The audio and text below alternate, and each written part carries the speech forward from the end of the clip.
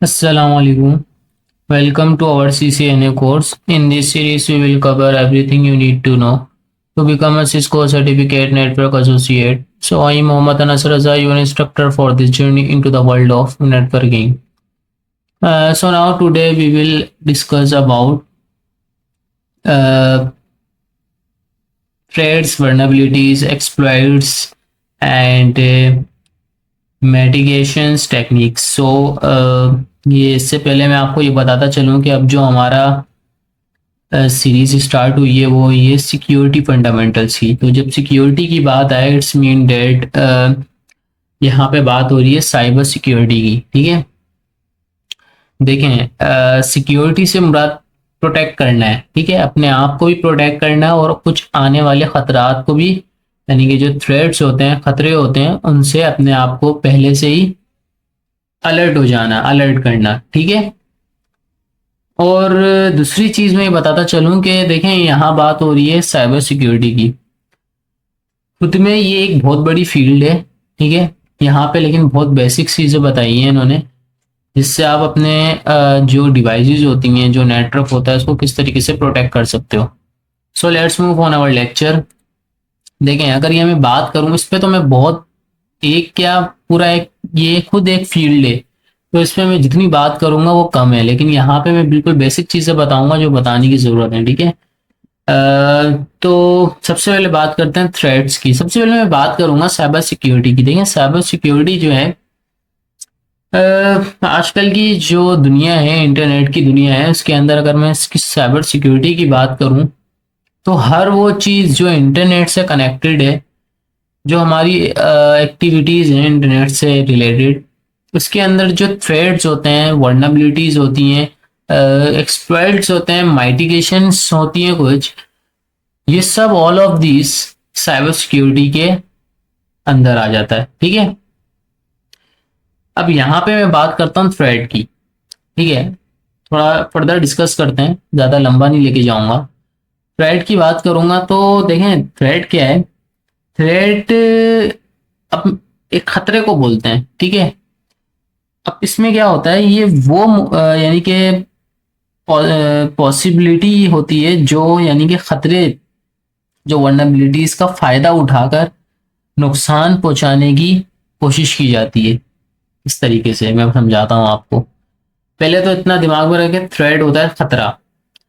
अब वो होता क्या है, देखें वल्नरेबिलिटी बोलते हैं। वल्नरेबिलिटी बोलते हैं कोई एक ऐसा सुराख, कोई एक ऐसा दरवाजा जो अटैकर को, अटैक करने वाले को, नुकसान पहुंचाने वाले को दे दिया जाए, मिल जाए।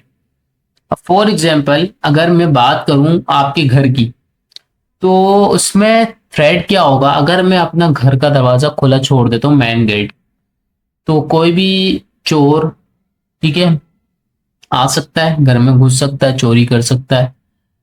तो ये क्या होगा, थ्रेट होगा मेरे लिए। तो मेन चीज देखें, दरवाजा जो खुला छोड़ा है ना, वो रास्ता है उसको मिल गया आने का, उसको बोलते हैं वल्नरेबिलिटी। यहाँ पे बात हो रही है वल्नरेबिलिटी की। ठीक है, तो उसको बोलते हैं वल्नरेबिलिटी। ठीक है, अब देखें थ्रेट क्या होता है। थ्रेट सिर्फ ये नहीं होगा कि भाई कोई आया और आपने उसको दरवाजा मिल गया। देखें, कोई नेचुरल डिजास्टर भी हो सकता है। वो किस तरीके से मैं बताता हूँ। आपका बहुत बड़ा नेटवर्क है, ठीक है, और फॉर एग्जाम्पल और उस जगह पे क्या आ जाता है, सैलाब आ जाता है। सैलाब आया, सैलाब आने की वजह से आपका पूरा सिस्टम तबाह हो गया। ठीक है, आपकी जो स्ट्रक्चर था वो क्या हो गया, एक्सप्लॉइट हो गया। तो आप क्या करेंगे इस सूरत में, तो यही चीज थ्रेट कहलाती है। ठीक है, पहली। और सिर्फ नेचुरल डिजास्टर्स ही नहीं होते, साइबर अटैक्स भी होते हैं। वो मैं बात कर चुका हूं पहले किस तरीके से। आपका जो लैपटॉप है आप यूज कर रहे हो, क्या आपको पता है आपके इस लैपटॉप में कुछ ऐसी पोर्ट्स भी होती हैं, पोर्ट्स 65,000 के करीब कुछ पोर्ट्स होती है, 65,650। ठीक है, ये पोर्ट्स में आपकी अगर कुछ पोर्ट्स ऐसी होती हैं जो अगर ओपन रह जाती है और होती हैं, ठीक है, तो क्या आप जानते हैं कि आपका वो जो पोर्ट्स के थ्रू कोई भी अटैकर आपके लैपटॉप में इजीली एक्सेस ले सकता है। यस पॉसिबल है ये। ठीक है, आपकी कोई भी फाइल डैमेज कर सकता है, आपकी कोई भी फाइल वो चुरा सकता है, आपका जो लैपटॉप का हार्डवेयर है वो उसको भी नुकसान पहुंचा सकता है। ठीक है, वो हम बाद में बात करेंगे किस तरीके से। तो ये सारे क्या होते हैं, थ्रेट्स होते हैं। अब मैं बात करता हूँ किस तरीके से। अभी मैंने बात की थी कुछ कि वो नुकसान पहुंचा सकते हैं आपके सिस्टम को। अब मैं बात करूंगा मालवेयर की। ठीक है, कुछ एग्जांपल्स हैं थ्रेट्स की। ठीक है, अगर मैं मालवेयर की बात करूं तो देखिए, मालवेयर एक सॉफ्टवेयर है। अगर मैं बात करूं तो आप इतना समझ लें, ये एक ऐसा सॉफ्टवेयर है जो किसी को नुकसान पहुंचाने के लिए बनाया गया। हालांकि हम जो, for example, just like example, packet tracer use कर रहे हैं, तो ये भी तो एक सॉफ्टवेयर है। बट ये नुकसान तो नहीं पहुंचा रहा किसी को, किसी को किसी के सिस्टम को डैमेज तो नहीं कर रहा, किसी की फाइल को डैमेज तो नहीं कर रहा, कि किसी की सिस्टम में घुस के किसी की फाइल को एक्सेस तो नहीं कर रहा। नहीं, ऐसा कुछ नहीं है सॉफ्टवेयर ही ऐसे सॉफ्टवेयर जिससे नुकसान पहुंचाया जा सके किसी भी दूसरी सिस्टम, कोई भी नेटवर्क डिवाइस हो सकती है, या आपका कंप्यूटर, लैपटॉप, पीसी हो सकता है। ठीक है, दिस इज कॉल्ड मालवेयर। ठीक है, अब मालवेयर की भी कुछ टाइप्स होती हैं, वायरस होते हैं। आपने सुना होगा वायरस, वायरस आ गया मेरे लैपटॉप में, तो वो वायरस क्या कर रहा है, वो वायरस आपके लैपटॉप में तरह तरह के आता है। आपने देखा होगा आपके वायरस आता है लैपटॉप में, और सबसे पहले वो क्या करता है, सबसे पहले आपके कुछ ऐसे वायरस की मैं बात कर रहा हूँ, आपके जो है फोल्डर मल्टीपल कॉपीज बनाना शुरू कर देता है, आपकी फाइल की मल्टीपल कॉपीज बनाना शुरू कर देता है। This is a type of virus. Clear है? कुछ ऐसे वायरसेस भी होते हैं जो आपके हार्डवेयर को नुकसान पहुंचा देते हैं। ठीक है, आपकी विंडोज को करप्ट कर देते हैं, आपकी फाइल करप्ट कर देते हैं। ठीक है, इसी में कुछ बहुत सारे मालवेयर्स के सॉफ्टवेयर्स की कुछ एग्जांपल्स बहुत सारी हैं। ये तो यहाँ तीन मैंने मेन एग्जांपल्स की बात कर रहा हूँ। इसके बाद वॉर्म्स, टॉर्जन्स, इस तरह बहुत तरह के सब इसी इसी की एग्जांपल्स हैं। ठीक है, इसके बाद है फिशिंग। इसके अंदर एक और की थोड़ी सी मेन मेन चीजों की बात की है मैंने। ठीक है, तो इसके बाद फिशिंग। फिशिंग अटैक में क्या होता है, अब ये भी एक अटैक है। ठीक है, इसमें क्या, अगर मैं इसको समझाऊं थोड़ा सा आपको, इसमें क्या होता है, इसके अंदर मैं आपको सिंपल तरीके से बताऊं तो आपको एक लिंक आती है कि आप जल्दी से साइन इन करें, और साइन इन करने के बाद फटाफट आप अपनी ईमेल से या फेसबुक से या इंस्टाग्राम से, ठीक है, आप साइन इन करें, और साइन इन करने के बाद आप $50 अर्न कर लें। आप गए, आपने वो लिंक ओपन की, आपने साइन इन जैसी किया, तो आपका जो ईमेल का जो यूजर नेम, यानी कि जो ईमेल थी और उसका जो पासवर्ड था, वो एग्जैक्ट वो किसके पास चले जाएगा, उस अटैकर के पास चले जाएगा। This is called phishing attack. इस तरह के डॉज अटैक भी होता है, इसी तरह का इनसाइडर थ्रेट भी होता है। दो तरह के होते हैं, एक इनसाइडर होता है, एक आउटसाइडर होता है। इनसाइडर जो अंदर रहते हुए सब कुछ करे, फॉर एग्जाम्पल आपके घर में कोई आपके साथ कर देगी। ठीक है, खैर हम ज्यादा लंबा, मैंने कहा था मैं नहीं लेके जाऊंगा, क्योंकि यहाँ पे बहुत बेसिक चीजों की बात हो रही है। ठीक है, ये बहुत बड़े बड़े टॉपिक हैं, अगर मैं इस पर बात करूं तो शायद मेरी एक वीडियो भी पूरी ना हो पाए सिर्फ इस एक टॉपिक पे। ठीक है, अच्छा, इसके बाद बात करते हैं वल्नरेबिलिटी। वल्नरेबिलिटी पहले भी बता दी मैंने, पर फिर से हम डिस्कस कर लेते हैं। वीकनेस होती है, कुछ ऐसी वीकनेस, कुछ ऐसी कमजोरियां जो हम छोड़ देते हैं खुद। जैसे कि मैंने कहा, दरवाजा खुला छोड़ दे तो उसको भी हमारी वीकनेस पता लग गई चोर को, हाँ भाई इसने तो दरवाजा डोर ओपन करके चलेगी है, ये इसने तो लॉक भी नहीं किया, चलो भाई अब इसका हम चोरी कर सकते हैं घर में आराम से। ठीक है, इसी तरीके से बैंक रॉबरी हो गई, इसी तरीके से बहुत सारी रॉबरीज होती हैं। वो वीकनेस ढूंढते हैं ना सबसे पहले, इसकी वीकनेस क्या है, उसका रास्ता क्या है। फॉर एग्जाम्पल कोई पैसे लेके जा रहा है, तो वो किस रास्ते से जा रहा है पैसे लेके, ये देखता है, हाँ भाई ये फला रास्ते से जा रहा है।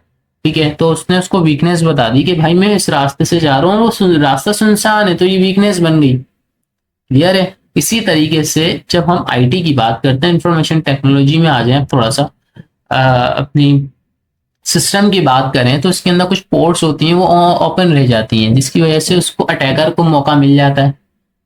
ठीक है, आप कुछ ऐसी लिंक्स पे क्लिक कर देते हो और वहां पे अपना ईमेल एड्रेस डाल देते हो, तो ये भी एक आपने अपनी वीकनेस दे दी।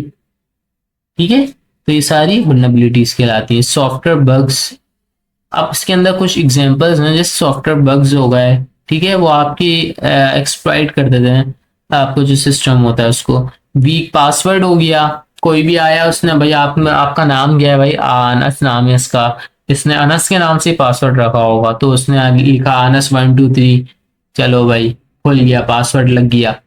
तो इस तरह की वीक पासवर्ड नहीं रखने चाहिए। ठीक है, इसी तरीके से एनपीएस सिस्टम हो गया, इनसिक्योर कॉन्फ़िगरेशन हो गई। ठीक है, अच्छा इसके बाद बात करते हैं एक्सप्लॉइट की। अब एक्सप्लॉइट कहते हैं ये एक ऐसी टेक्निक, एक टूल समझें इसको, जो वल्नरेबिलिटी की एडवांटेज है, ठीक है, के लिए यूज की जाती है।